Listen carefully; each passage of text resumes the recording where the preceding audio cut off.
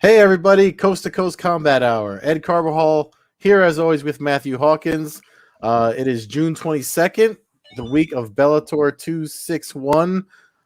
We didn't get to talk about our current events, news and stuff. Matt was at UFC 263. I know we just came off of a pretty heavy finishing UFC card and some craziness out here in Jersey from the PFL. Matt, how was your weekend, man?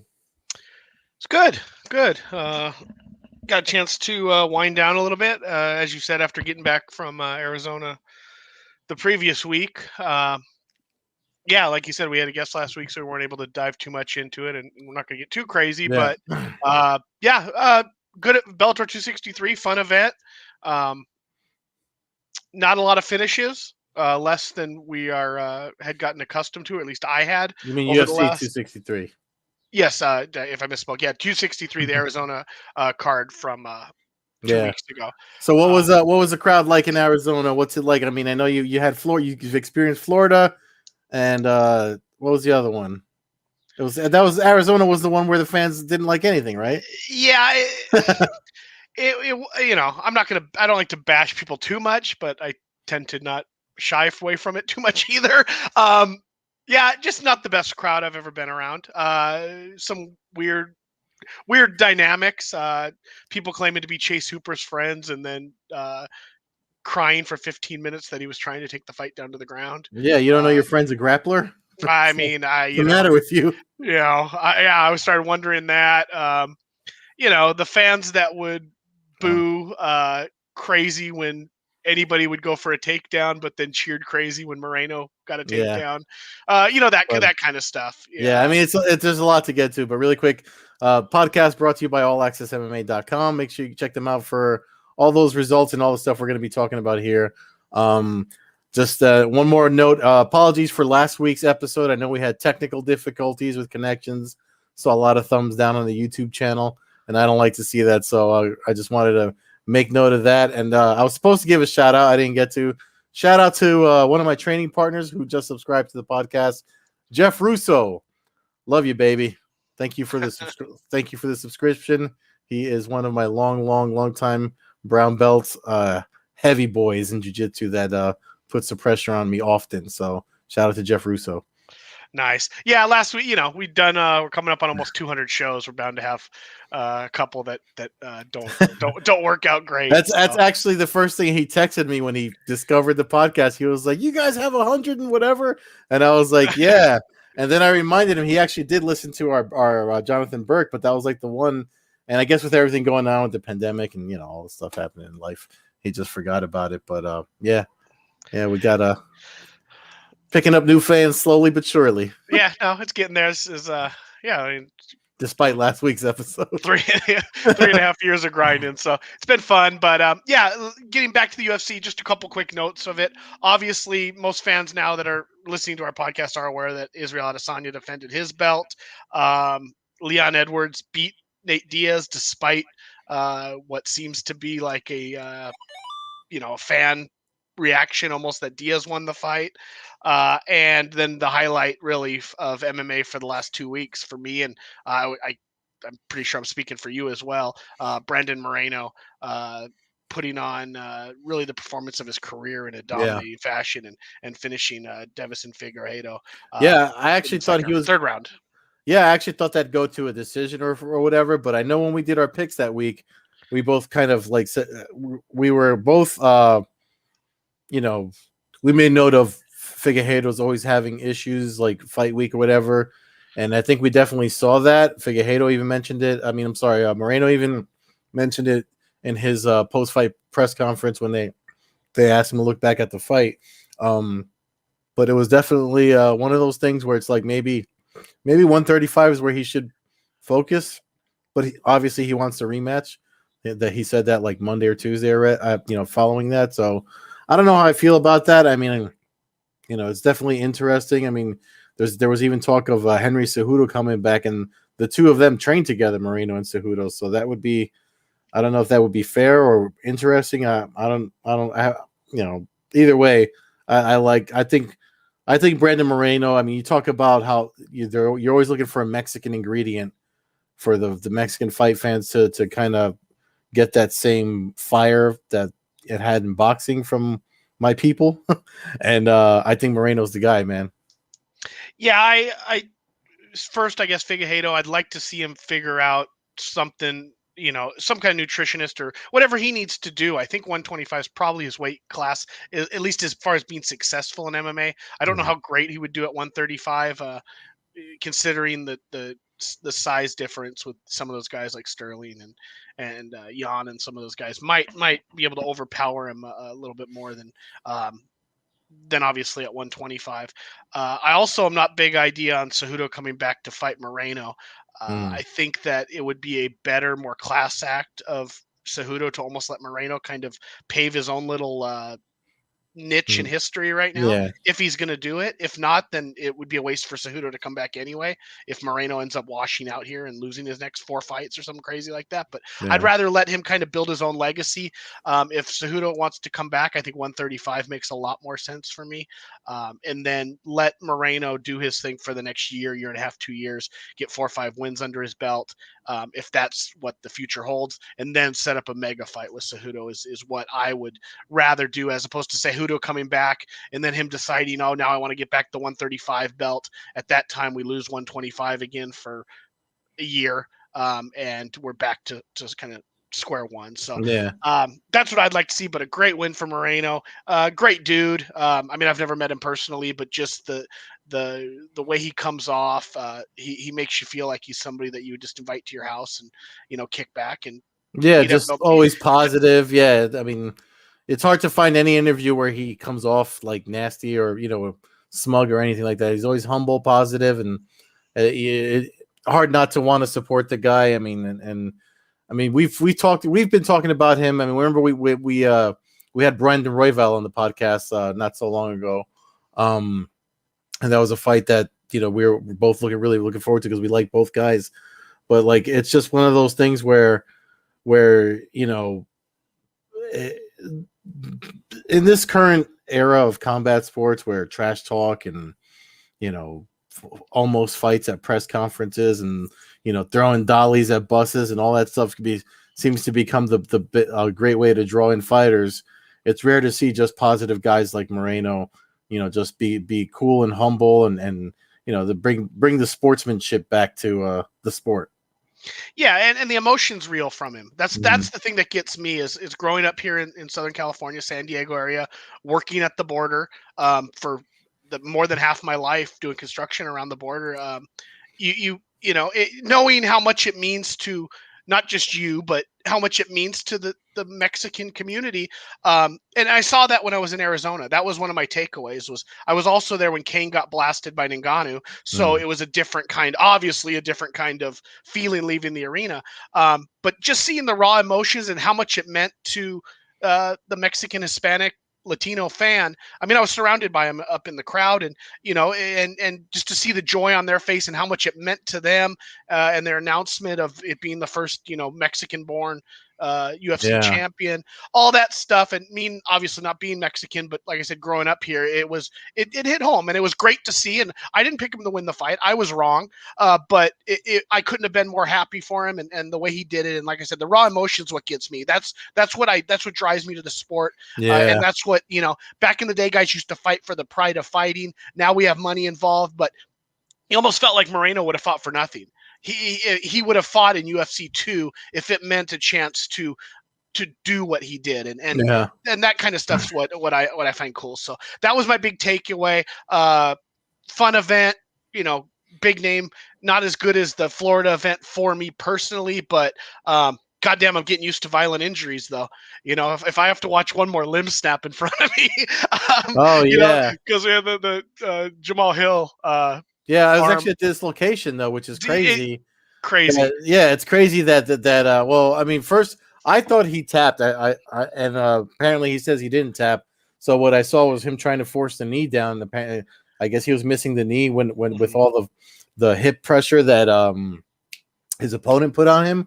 Paul Craig. I mean, listen, and then they were partying together afterwards. I don't know if you saw that. After the event, they were like cool partying together, and I mean, Hill was cool about it. people were on the referee about like not stopping it. I mean, and even Dana White was kind of like he didn't want to give too much, negativity, but that was the Al Guinea referee, the one that apparently has a reputation for letting dudes almost die in the cage. So I mean, maybe this high profile event is what's needed. And I talked about this with Fernando over at MMAnews.com when we did where I do my 7 takeaways for every pay-per-view. And Fernando Quiles, who's also been on the podcast, and he said, like, that's the thing about going to. We kind of had a discussion of like, this is what we're getting when you're rushing to go back to places to sell out with fans, but they're not used to holding these high profile, big MMA cards, and where you're going to get an official or two that's inexperienced. I mean, you could probably speak on that better than I can, because you go to more, you've gone to stuff at every level. The weird thing is, I mean, I've probably watched. I mean, I would almost bet my life that I've watched more MMA than the referee that judged it. So, or was refereeing that fight. So I can, as a fan, I'm sitting there, and again, I got my camera going. I'm kind of zoomed in on the action, so I'm locked in on what's going on. I could instantly see that there was, I'm yelling, it's broken, it's broken, it's broken, and it's flopping around, and I'm going, it's broken, and finally the crowd starts kind of picking up around it, and it was surprising how long it took. I don't blame him for it. It was so odd, though. No, we've never really seen that. So I have a hard time giving him that first 5 seconds of it, because you're kind of, even as a referee, you've got to kind of stand back and go, well, wait, you got to try to process, I think, what you're seeing. And we've never seen that. So I give him a little bit. Once it started going on for what seemed like 10, 15 seconds, you kind of got to be going, wait a minute, that's not normal. And if the fighter's fighting you going, hey, his arm's broken, it's a tough situation because it's a submission. It's not like when you can break it and go, oops, I was wrong. So I give him a little slack there, but it was a weird situation. Thank God it was only a dislocation. I brought this up with one of the big guys on Twitter going, if that would have been a broken bone, can you imagine the gruesomeness we may have witnessed with that thing flopping around? I mean, not to paint too bad of a picture, but thank God that's what it turned out to be, not only for Hill, but Craig, you mentioned them partying again. That's what I love about this sport. That's a throwback to the old days. Let's buy a beer. Beer's on me. The dude obviously has, tremendous pain threshold. I can only imagine the pain that would feel. His adrenaline's going. And I gained massive respect for both guys. Again, I picked Hill to win the fight, so it was one of the fights I was wrong again. I love the attack on the arm. His it was an old school Oleg Tiktarov focus on a limb, and I'm going to get that limb, and it's coming with me. He made it 2 adjustments, but the second one where he kind of bent, he had the elbow straight, and then he pulled it into his hip. That's when you knew that he was just he wanted to get a submission. I mean, there was some back and forth about the submission experience, I guess. I mean, from what I gather, only because of James Lynch, who's another past podcast guest, interviewed Hill for MMAnews.com, and it looked like Jamal Hill either wanted to prove that he's now no slouch on the ground, and Craig was kind of focused on bringing him there based on that interview. But either way, I mean, not for nothing, like everything in every combat sport and every pro sport there is, as they say, there's levels to everything, and there's definitely there's definitely stuff to be worked on. So I definitely that was definitely one of the ones that I don't know, man. I pulled back on my hate for Al Guinea after Jamal Hill said he didn't tap. So I'm like, all right, if you didn't tap, then referee's not going to stop it.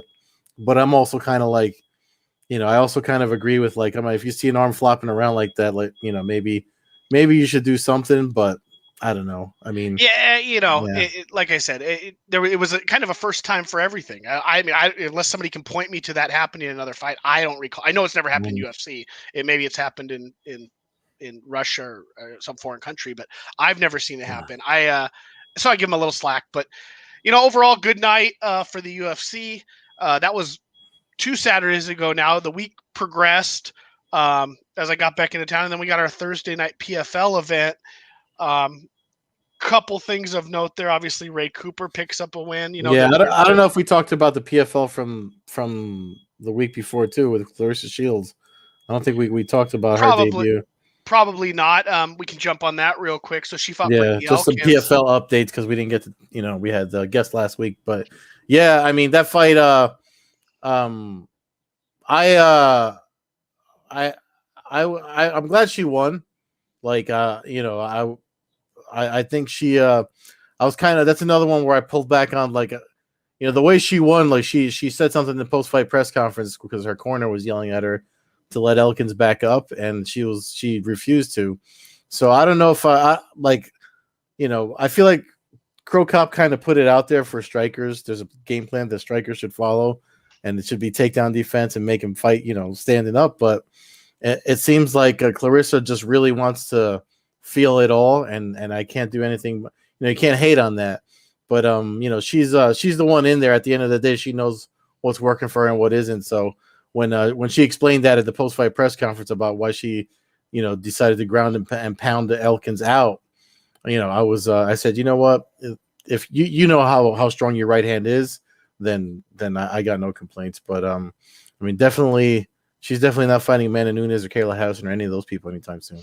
No. PFL dodged a bullet as far as the matchmaking. I mean, we thought Shields probably would move through, but we also admitted that she's fighting I believe Elkins is a brown belt in jiu-jitsu. Yeah. So that's obviously a commendable belt rank and something that can be dangerous to somebody, especially fighting a boxer. So I was surprised at the matchmaking. PFL paid it off. It's like you said, when she said she didn't get up, I feel like she had been on the ground with Elkins for almost the first 2 rounds. So she had felt her kind of strength. She had dodged off a couple submission attempts on arm bars. I think by the 3rd round, or when she didn't necessarily want to get up off the ground, she could feel her appointment was weakening. I mean, even watching it, you could see Elkins was on the way out. So I think that's just one of those things, and you could obviously speak better with your jiu-jitsu experience. But when you're fighting an opponent and you start to feel them fade, all of a sudden you're not worried about those extra couple moves. You're worried about just don't let him get my back, or something like that. You're not so much worried about her throwing up a triangle because she can barely move. Yeah. So, I think that might have been what kind of led her to that. The threat had kind of dissipated. Yeah. She's also a lifelong athlete though. So we saw that displayed when she got taken down and she was in troublesome spots. She's nodding, acknowledging her corner and everything, staying calm, not panicking. And then doing, like she talked about how she drilled because, she's, I guess, Greg Jackson and them had a feeling as a boxer, her arms would be targeted for submission, and they drilled that, and it looks like the armbar escape worked. So hey, I mean, another one. I'm looking forward to the next one. I have a feeling she'll probably focus on takedown defense more. I mean, if Jackson Wink is the world class gym that it's supposed to be, I would think they'd probably have her drill nothing but takedown defense, and Yeah, well, hopefully they match her up with a striker in her next fight. I mean, that's really what we need to do. She needs to get experience, and even if it's kind of a squash match, that's really what she needs. She needs to get experience, get a highlight reel going, get people talking about her, and keep building off of it. I think that's the key. But I mean, my takeaway was that Elkins really put up a strong performance and really got close. And like you said, I think it was just the athletic ability in the long run that was the vast difference and allowed Clarissa Shields to get out ahead on that one. So that was a couple weeks ago. Really, the highlight was really a low light from the last show this past Thursday night, and it's one of those. I can't defend New Jersey's judging lately. It's a little weird. Yeah, I mean, we go on Twitter every once in a while, and I think I've bashed some of the judging at PFL events, and I understand that PFL has no necessary. They don't control the judges. It's the athletic commissions and stuff. But we talk about, actually, I don't think it was PFL. I think I actually probably went more at Bellator. But they're kind of it's the judges that come in here, and I mean, for the life of me, I don't know how the heck you could have scored Gleison Tebow beating Rory McDonald a week and a half ago. But I mean, I don't know. I wish there was some accountability. There's a lot of robberies in Atlantic City, and that was definitely one of them. I mean, that's one of the worst ones I can remember in a long, long time. I mean, usually when there's a robbery, you go, okay, well, there was like 5 seconds where the other fighter was like, did something. I watched the fight, and I mean, I don't even. It just seemed like it was McDonald controlling the whole fight, and in no danger at any point, and just kind of doing his thing. In a fight he didn't have to win. He didn't. Made no difference to him. So Yeah, in a he sense, already had points. Yeah, he already had the points. He was already locked into playoffs. So he really could have coasted, and he kind of did in a sense. I mean, I don't think he necessarily went for any kind of finishes, but no, he went for some nice subs in the towards. I don't know if it was the end of round 1 or 2, but there was some real nice back control. I mean, not for nothing, choking a guy like Layson Tebow.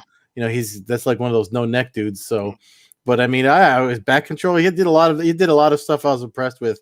To not score for him, I was just weird, and just you just when you first hear the first judge for Tebow, you're like, really? Or Tebow, you're like, really? Like, yeah. is this is so I just wonder, So, someday we're gonna have to get some kind of you got to make people answer, or at least explain what they saw. I'd love to do that, and yeah, it would like be make cool. them. Well, the closest we came was when Chael Sonnen had Doug Crosby on his podcast twice, and he tried to have him.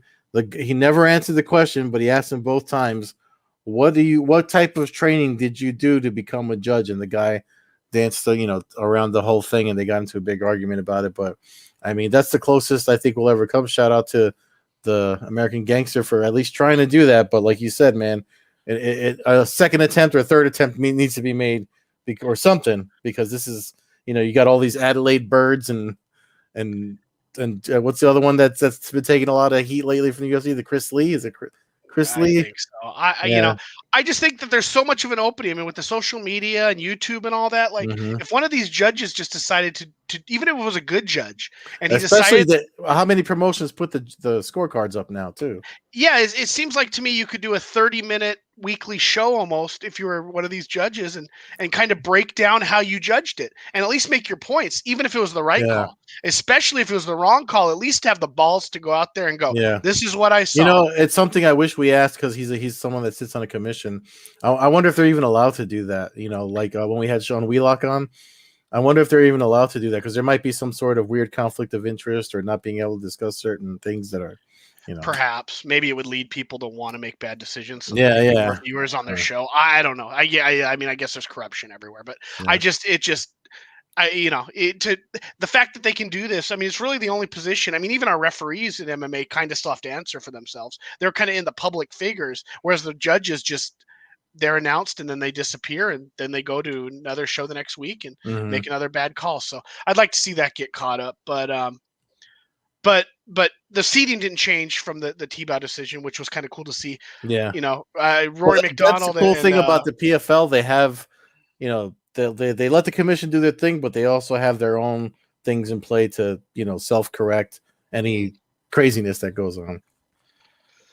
So Ray Cooper, Rory McDonald semifinal is going to be a hell of a fight. So that's a fight Cooper wanted since he won the belt in 2019. So it's about time, even though he missed weight. But but he had done enough to earn enough points to qualify. So and then Anthony Pettis, still his last chance that he was supposed to have at the other card, not this last week, the week before, happens this week, Friday, I believe. So and that's the last card in Atlantic City before they go to Florida, the Hard Rock Casino in Florida, and do their playoff season for the month of April. At least the fights that are going to, August, for the fights that they're going to fit on there. I don't know how long the residency is going to be, but they have August booked out. I don't know why I keep saying April. Then so that'll PFL. We'll obviously talk when the semifinals start rolling around. We'll get into that.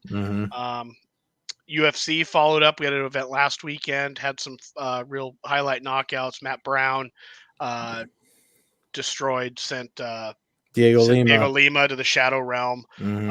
We saw another bad arm dislocation by Kanako Murata, who she wanted to keep fighting. After her opponent Generoba destroyed her arm. So and I got a new favorite women flyweight fighter. First fight of the night, Casey O'Neill versus Lara Procopio.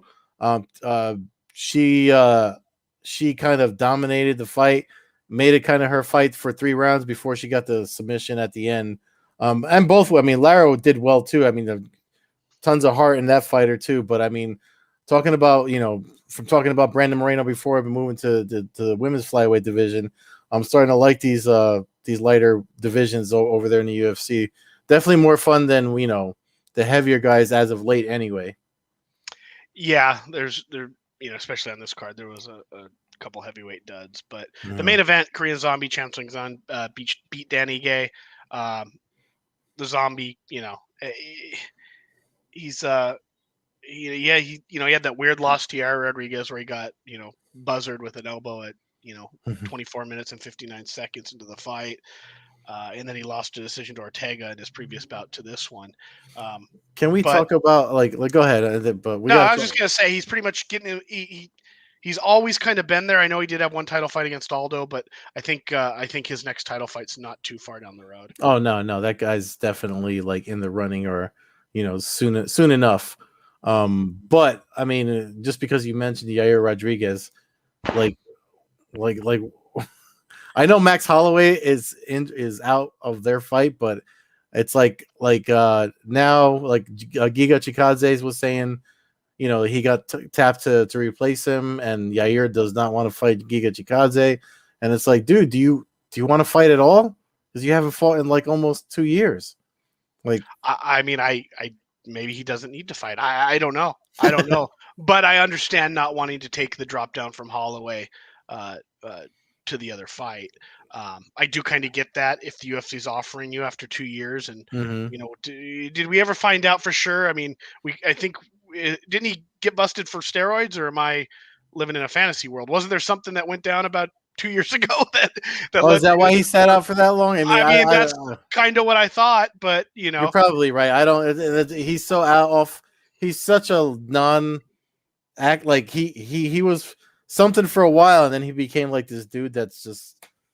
I don't know. But I just maybe you might be right, but I don't know. I'm just over him. I don't care. Like I wanted to see that fight because of Max Holloway. I just like watching Max Holloway compete. I wasn't. I mean. Yeah, he was suspended by USADA for missing drug tests. So he didn't necessarily fail one. He just didn't take the one. He refused to take them. So they gave him a 6-month suspension. So yeah, that was in the middle of that. So yeah, I don't know. We'll see. I mean, he's an exciting fighter to watch. But I thought him and Holloway would have been a hell of a fight. Him and Zabit would have been a hell of a fight. So we've had a lot of fights that he would have been involved in that have kind of fallen through. But but it's usually something having to do with him. That's just gets on my nerves. That's all. Yeah, exactly. On the bare knuckle side of things, Friday night was the debut of Game Bread FC, bare knuckle MMA, put on by Jorge Masvidal. First event in Mississippi, headlined by Jason Knight and Charles Crazy Horse Bennett, or Felony Bennett, I guess is what we're going to now. Knight pulls out the win, first round rear naked choke, but the first fight of the first punch of the fight, he got nailed by Bennett, busted his nose open, sent blood all over his face. So, basically the fights were amateurish in a sense that they weren't the top. It wasn't UFC level fighters or Bellator level fighters, but the bare knuckle aspect, it just brings you back to the old days, and things are just different. You can't be sloppy. A ground and pound, being lazy on the ground, a punch to the face, it opens you up, and things like that change, and body shots are dug in just bare knuckle. I mean, it's a whole nother dimension. They did use the unified rules, so nothing got too wild. We didn't start seeing soccer kicks and stomps and the Valley Tudo stuff, but it's an interesting thing. I think I forget who put it. Might have been Eric McCracken, the combat sports law guy that I mention every now and then, but there was a lot of submission victories in that card. And it makes folks wonder, like, if were the submissions easier because the gloves weren't on, because it's essentially just it's almost like combat sports, combat jiu-jitsu, or so, you know what I mean? Just without, because I saw the way that their hands were because there was some taping on the wrist and stuff, right? For their Yeah, they had their wrist taped. It wasn't yeah. completely, bare, but it was only, inch or so below the knuckles, whatever the rules are. Yeah, I mean, there was submissions. I mean, I think the gloves do. I mean, I think it is a factor. I mean, again, that would be something you could speak to probably way better than I could. But the gloves were always a detriment to me when I was, a long time ago when I was trying to submit some people. So I think that definitely is a play. I think that the bare knuckles and the punching kind of opens you up more. Like I said, you can't just fight an armbar the same. You can't do a lot of that stuff the same because a hammer fist, anything just is different. All of a sudden you're getting a raw knuckle to the eye socket instead of a padded plus, glove. Like, I mean, plus there's something to be said for like one of the things that people miss out about the safety with the whole thing with bare knuckle and why it's safer than boxing and even MMA is because the unprotected hand. As the person delivering the strikes, it's going to hurt your hand. mm-hmm. You know what I mean? Like so you're not going to hit as hard because you don't want to break your hand. So there's a lot to be said for that was definitely something that I'm sorry I missed it. I know you have the bare knuckle app and you watch it through there, right? It was through the BKFC app, wasn't it? Yeah. So I mean, listen, I mean if that was like an under the radar event, I feel like a lot of people were into. Especially with Gamebred's name attached to it. I wouldn't be surprised if we see more of those coming from that location. They right now Tapology has their second event listed for August 6th in Miami. Oh, nice. So obviously that's Masvidal stomping grounds, and that's where this excuse me now. That's where this weekend's mega BKFC all the way event. from New Jersey. I sent that over there to you. Jeez. But yeah, so this Saturday's the mega 4 title fight BKFC event that is in Miami also. So that's obviously becoming Florida area is obviously becoming a hotbed for the bare knuckle scene and fighting systems. Fighting in general at this point. Yeah. I mean, it really is. It's you want to know what's funny, and I'm going to say we just got the Twitter live just got shared by one of my old colleagues at Front Proof Media.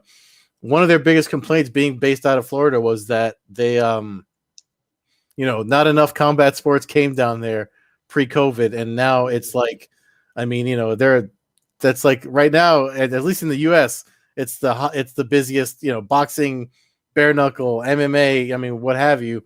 And, I mean, hell, you even went there for whichever event it was. So, well, yeah, for the UFC. And then it just seems like they've having grappling matches. It seems like, even slightly before the pandemic started, it seems like we would talk to Ray Robles and they were starting to have submission events and stuff like that in the submission area, fight to wins and some of the other stuff that's kind of taken over that area. So, I mean, the whole state now is really become, like you said, it's almost taken over for Vegas. I mean, Vegas is still giving us, it's going to go back to Vegas. We're going to get the back to return, but Florida's really opened itself up. And, you think about how many commissions or, it's a state commission, but how many towns and people have had their eyes open. And now, you start to build a fan base where you can have events in those states and get the locals to come out and support you. So, BKFC is going to be at the Hollywood, Florida at the I believe it's the Red Rock, the Hard Rock one, the Hard Rock, Seminole Hard Rock Casino. That's where PFL's going to. Like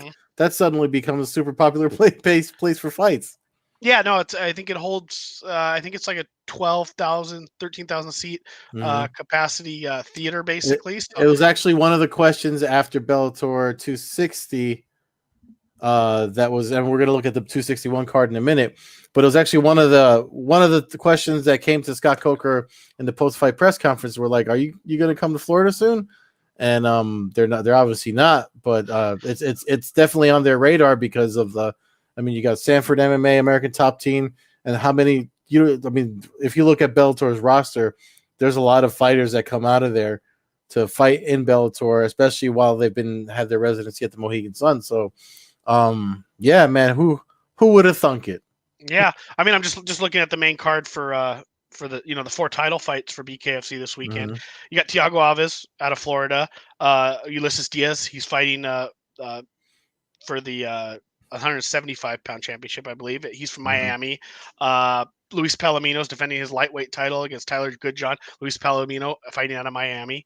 Hector Lombard fighting for what I believe is the 185-pound division. He's fighting Joe Riggs. Well, he's out of Miami too. I mean, you got a lot of the Coconut Creek, the whole Just the southern southeast. Florida. Yeah, how the whole like the Teague that we had on last week is coming. What do you say? He was flying or driving down from Carolina. So From South yeah, Carolina, yeah. yeah. So it's that whole little region right there. Headlining the fight is a local guy for me who we've had on the show, Joey Beltran. He's fighting Sam Shoemaker, Mhm. heavyweight title. I saw the odds come out for it. I was a little bit surprised because I think Shoemaker is a tough matchup for everybody. They had Mhm. Beltran at about minus 300. Hmm. So I was a little surprised by that, but obviously once until they step into the bare knuckle ring, it's Mhm. hard to really get a read off of, because you don't get a bad day and you don't survive a bad day in BKFC. You Yeah. can survive a bad day in MMA if you pull something out, at your backside and get through a fight.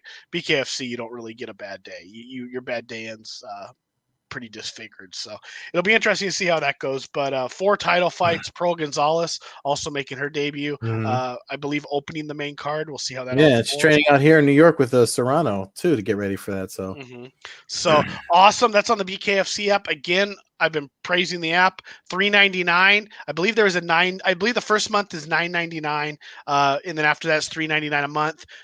Which again would mean in theory you could just order it for $9.99 and watch the single event. And then also the Page fight falls, I believe, on the 22nd or 24th of next month. So in theory, if you buy a month of BKFC on Saturday morning, you would get this event and you would also get the Paige Van Zant, return yeah, to BKFC the next I month know for you're all big one on them. cost. So I just think that they're entertaining, and I like to see that it's built from where I kind of started watching, Mm. BKFC 1, basically. yeah, no, The level. there's like a weird. I mean, not weird, but it's almost there's like a nostalgic where MMA used to be feel with BKFC because they are technically struggling the uphill battle to get Mhm. be able to go to other states and stuff like that. So in that sense, that's kind of why I like it. Um, but they seem to have money too because they're getting all these high profile fighters. So Yeah, they're signing people. They're putting together cards. I mean, this is a big card. The ticket prices were a little steep for what I think. I'll be curious to see what kind of crowd they actually draw. Because again, I thought the prices were a little bit high, but they're putting 4 title fights on. They're putting all their faces on a card. So I guess it's kind of a C. I hope this isn't like a let's throw everything at the wall and see what sticks kind of event, because those usually don't end well for the promotion financially. But I think that it's growing. That I like that. You start now. Fighters obviously when they're bringing in these MMA guys, that's mhm. always fun to be able to keep watching them and Yeah, see these guys like Palomino, guys who you rooted for in MMA, who we talked about, who was always on the precipice of getting over, but then would run into a Justin Gagey and stuff like that. Now he's kind of the king of the hill in BKFC at his weight division. So I like seeing that, and it's just wild as hell. And the thing that always intrigued me to early MMA was waking up not knowing how that day was going to end, yeah. and I kind of get that I mean same feeling from BKFC. that's and Paul C.D. Baca, regular listener of the podcast, he just chimed in on the YouTube channel. BKFC has an underground feeling with mainstream production value and talent. I mean, that's kind of what I get from them too. Like we said, going back to the heydays of before, like it's almost like this, like you're pulling in the folks that there's this is our thing right now. It's not mainstream yet. It's our thing, Hmm. like kind of how MMA was, and now now MMA is on a Disney owned ESPN. So No, it's like, exactly, yeah. exactly. I wear the BKFC shirt to an MMA event, and you start first couple events, nobody really recognized it. Out in Arizona last week, all of a sudden I got a couple people, hell yeah, BKFC, that kind of thing, giving you big thumbs up. Mhm. So I mean, I like to see it. I always root for the promotions. I don't think there's ever been in a promotion that I rooted for to fail. So I look forward to seeing this. And like I said, for $4, I can't find it Yeah. better. $4 of entertainment on a Speaking of Saturday night. $4 entertainment, $4.99 a month, Showtime app, Bellator 26, Bellator 261, main card. I mean, 2 days and 22 hours. I mean, with me and Matt, we're kind of marveling at first of all, this is BellatorMMA.com or Bellator.com. There with new updated websites that go kind of with their new updated app and you can pick fights and stuff on here. But you can see all the records better, a little better. We're getting the height, their records, the fan predictions. Just looking at this card, I mean, Friday night. They're still at Mohegan Sun Arena. There's a couple of fights in note. I mean, a couple of Bellator well-known fighters like Daniel Weichel against Keanu Diggs here. He's a staple in Bellator. Liz Carmouche getting right back in there against Kana Watanabe, which is, I mean, seems soon to me, but I mean, it is kind of for both of them though, because Watanabe just beat Lara not all that long ago. So really a quick turnaround and really a fight that's probably going to set up the next title contender at flyweight. Is probably what we're going to see unfold there. It also is the first time in a year and a half now, basically, that Bellator is going to welcome back some fans to the arena. Second time. They did it last week. They started last week with a limited capacity. Oh, did I?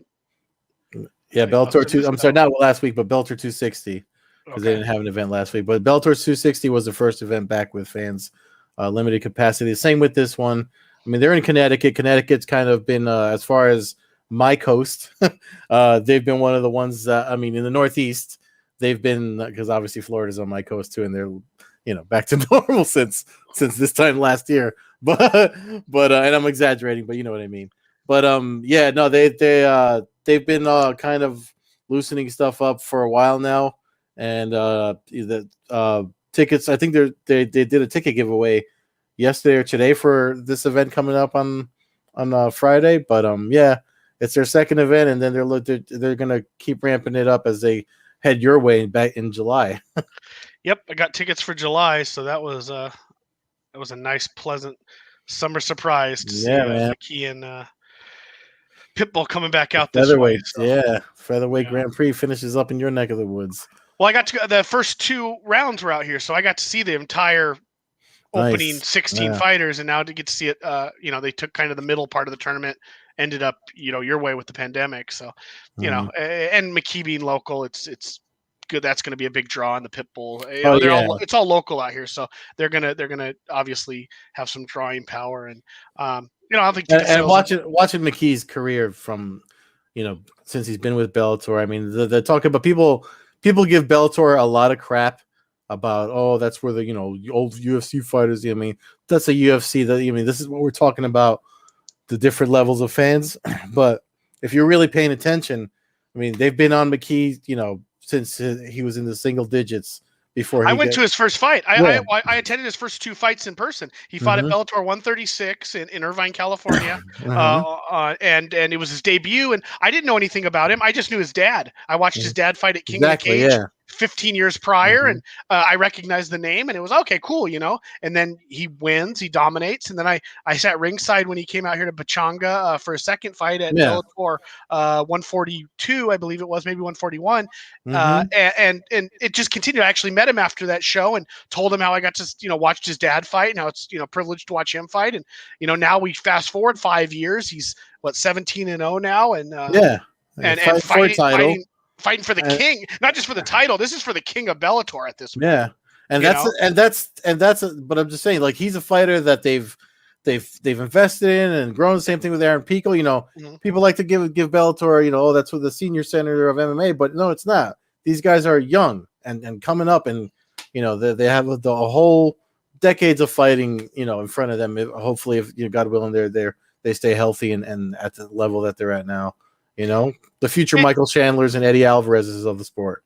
Yeah, and his dad had a successful long MMA career and never fought in the UFC. So I don't think he's got it's not like he needs to live up to his dad and he needs to get to the UFC. He can do his thing here in Bellator, make riches, go fight in Japan. I mean, he doesn't have to go to the UFC. He's at a point now where he's a win or two away, basically a win away from becoming a household name that people will be tuning into Bellator to watch. And wondering why he's not in the UFC. I mean, that's when you start making the Eddie Alvarez money when you sign with the UFC. That's how these guys. That's always been the proper way to do it. The guys jumping into UFC that are 2, 3, 4, 5-0, they're throwing away millions of dollars by not building up a name and doing it the way McKee has, and some of the other guys who built a name look at Overeem. Overeem, they had to basically cut him because he was making too much money, Mhm. and he made that contract not based on what he did in the UFC. He made that contract based on what he did outside the UFC, and then he gets a huge contract. And to this day, we just saw what Leon Edwards made $100,000. I mean, the dude's on what, a 10-fight winning streak in the UFC, Mhm. beating everybody, and he makes 20% of what Overeem was making, even as basically a 500 UFC fighter at the time. So Yeah. that's the thing. So McKee controls his destiny. Pitbull, the same thing. I mean, you saw Chandler's success. Obviously, Yeah. Pitbull has a knockout of him. Pitbull's a winner too. A winner.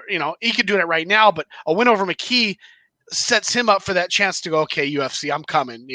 Bellator's Mhm. going to give me the Chandler thing. They're going to go, hey, go kick ass, go win the UFC title. And, that could be lucrative as hell for him too. So just a mega fight. Love to see it, but, that's not till the end of July. And we still got to backtrack to this weekend. But, the headliner this weekend is a interim title fight because, oh gosh, Minikov was not stripped, but he's been inactive, and a lot of it has to do with travel restrictions and stuff. But we're getting Tim Johnson, UFC veteran who's come in and done well in Bellator, and he's fighting Valentin Moldavsky, who is a Team Fedor protege. 10-1, only lost a split decision, lost to Ali Akbari in Mhm. Ryzen. Just I called it a couple, 2 years ago at this point. I thought Team Fedor was going to take over the Bellator. We've got Nemkov, who is proving to be an absolute animal, and now Moldavsky has a chance to get his interim title at heavyweight. And I think Anatoly Tokov is only a matter of time before he gets it at 185. Whether he goes through Musasi to get it, or Musasi eventually moves on or moves up in weight. But I'm going to go. I know we're not doing real formal picks, but I'm going to go with, obviously, I'm going to go with Team Fedor for this Mhm. fight. Of course. But I would have said the same thing, you know, prior to even watching these guys perform their last few fights. I Mhm. think that they're good. I mean, these are the good MMA fighters that really, in theory, should be in the UFC, but we know that there's the tension that is always built between Fedor and the UFC, which has obviously paid off dividends for Bellator as they're building their divisions Mhm. around some of these Russian killers. So, Yeah. you know, And then Saturday's early UFC card for the folks on the East Coast, the Cyril Gain versus another Alexander Russian. Volkov. Yep, Yeah. at the for the heavyweight main event. Couple of fights to note on there too. If you if you're around for it, it's an ESPN Plus card, so you know how I feel about that. Yeah, this is kind of just the run up to the 2 weeks off before the McGregor fight. Mm-hmm. That's kind of what we're getting here. I see a lot of people seem to be on the Gone bandwagon, and kind of a lot of people picking him over Volkov. Again, not a real formal pick, but I'm going to pick Volkov. I think he's just a more complete MMA fighter. I think that he has a lot more ways to win Mm-hmm. than Gone. So I'm going to go with Volkov to win that fight. But I do think Yeah, it is I going to mean be a banger. he's got wins over some notable. You look at his win record. I mean, he's beaten Blagoy Ivanov when he fought over in Bellator. Roy Nelson. He this is UFC stuff. And he's Overeem. Overeem, Greg Hardy, which is again Yeah, well, I mean, he yeah. was the guy that shut down the Greg Hardy. You know what I mean? Like whatever. But and then Walt Harris. I mean, like he's got Fabricio Werdum. He's got to win over Yeah, and Stefan then Struve. and if you Guy's no remember, slouch. Yeah. I actually mentioned him after his loss to Blades, because I was so impressed by how he survived the onslaught of the Curtis Blades, like, first couple rounds, and was able to Mhm. survive. And after that fight, I actually mentioned that I thought their stocks both went up after that fight, because I think the consensus was, Volkov's weakness is on the ground. Blades is going to take him down, finish him like he's doing everybody. Once he gets him down, he's going to slash him up. Yeah. Volkov survived that, and I think he learned a lot from that. So, ESPN Plus card. Is this another early start you mentioned? Yep. So you got the Mhm. 1 p.m. Seems like I will be at jujitsu when this event starts. So that's why I'm like, I'll catch it on the I'll catch it when it hits Fight Pass. No, some fun names on the card. Yeah. Michael Prazers, Moicano, Tim Means, Andre Feely. Yeah, no, So, there's actually fights on this card that I want to see, but I'm just not going to see them. yeah, no, I got you. Well, you'll see them. You just won't see them the same time a lot of other people do. Yeah, I'll catch the But highlights at night when I'm drinking and whatever I'm doing, on Saturday. so yeah, so that's the thing. I mean, I think we also should mention, since we're just kind of doing a roundabout here, Combate Global signs I believe it was a 5-year deal with Paramount Plus and CBS Sports, CBS yeah. Sports. So props to the Hey, I team have over there. Univision, so that's where I record them. I'm like 3 weeks behind on events because it's on at midnight by me, but it's still it's listen. I'm gonna say this because I know Campbell likes to give people a lot of shit, but I'm gonna say it anyway because I like him. I mean, and I expect shit from him. So, but my biggest complaint about Combate is, just kind of stay one place where folks can find you. You've obviously found it, so as long as you don't, I mean, cool, you're adding other places to watch, but they've been from Fight Pass to I already forgot. Access to, they've done the run. This is about the final stopping ground for them at this point. Without it being a network television, I don't have Telemundo, I don't have Univision, so, and I know you said that there was ways to find it. I tried. I gave all my Mexican love to Brendan Moreno, so I had to wait for an English broadcast. I love it. Midnight for you is 9:00 for me, so in theory, I get a nice little wind down now on but Friday listen, night. that's not to knock like I said, the midnight time. It's just, I mean, you either, I'm an old man, so I can't stay up that late, or I don't have Campbell's energy to stay up that late because he's live on the stuff all the time. But good stuff happening over there, man. I mean, they had that all women's card. Like I said, I'm weeks behind them because I record them. I'm weeks behind, so my time is off. But they had an all women's event that was just amazing to me. That I was like, there's a reason why he's trolling, bigger outlets and bigger folks out there, and it's rightfully so, because there's a lot of good fights happening that people, if you're not watching, you need to start watching. Well, a lot of people will now. People like me, now I can call people and go, "Hey, tune into this channel." Whereas before it's just harder to do, and it's not an English broadcast, and I can watch MMA in any language, but not everybody is as flexible with that. So, I think it's great, and I look forward to it. And obviously, I've looked to try to support it. I've supported them in the past when I was able to get my hands on their product. So I look forward to doing that again now. So that's great news for them. And another event, they kick it off on CBS Sports Network this Friday night. So immediate dividends really going into this deal that they just worked out. So whether they get 1 million more viewers, they at least get one more with me. So we will. I'll be watching Friday night, but. Massive amount of action. There's going to be a lot to catch up on next week. Yes, sir. Hopefully, we'll have a guest. We had one booked, but stuff can, because these stuff happens. But I got a couple of fighter interviews coming up, and we're gonna have. I spoke with someone that's willing to help us get some more ladies on this podcast, because we don't have enough ladies on here, and we try to get everything from. Not just to fight, fighters and promoters, managers, but a couple of book authors on here. Hopefully, we'll get other stuff, in the future. But I mean, Coast-to-Coast Combat Hour ain't going nowhere. Nope. We survived the speed bump last week, and we're gonna keep going. But joking aside, obviously. We are still grateful that Paul Teague took the time out to come on the show, and it was cool to hear his story, and we'll be rooting for him this Saturday night. So best of luck to Paul Teague as he ventures down to the BKFC scene down there in Miami. So, that kind of takes us out for this weekend. Fans can always check us out at allaccessmma.com. You can follow the podcast on Twitter at Combat Hour, at Coast-to-Coast Combat Hour on Instagram. Follow me, Matthew Hawkins, at MMA Hawk 21 on Twitter and Instagram. Follow Ed at Carbazol on Twitter, Carbeerzol on Instagram, and Old Head Carb on Twitch. Have a great weekend. look forward to kicking off all this action as the week winds down. And again, best of luck to Paul Teague as he enters the squared circle this Saturday. Paul night. Teague, Joey Beltran, and everybody else that's been associated Yep. with this podcast. Wheelock, Chris Lytle, everybody. Have a great week. Look forward to the show, and that's it. Have a great night, Ed.